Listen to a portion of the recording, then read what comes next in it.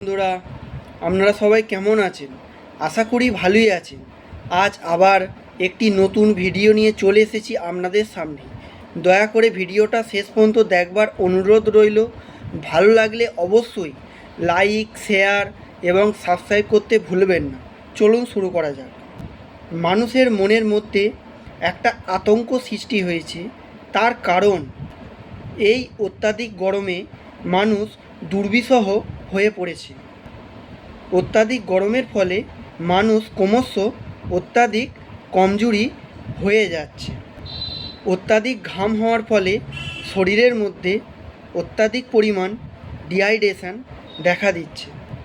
অত্যাধিক গরমে থাকার জন্য মানুষের ডিহাইড্রেশন, তার সাথে সোডিয়াম পটাশিয়াম লস হচ্ছে।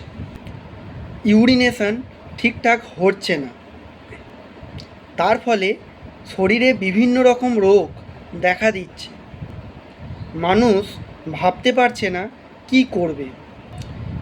এই অত্যাধিক গরমের হাত থেকে বাঁচবার জন্য মানুষ কিছু পরিবর্তন এনেছে। যেমন ঠান্ডাযুক্ত ঘরে থাকার চেষ্টা করছে, পাখা অথবা সিলিং ফ্যান বা টেবিল ফ্যান সংযুক্ত এলাকায় থাকার চেষ্টা করছে, বা কোনো গাছের তলায় আশ্রয় নিচ্ছে। পর্যাপ্ত পরিমাণে গ্লুকোজ বা ওআরএস খাওয়ার চেষ্টা করছে।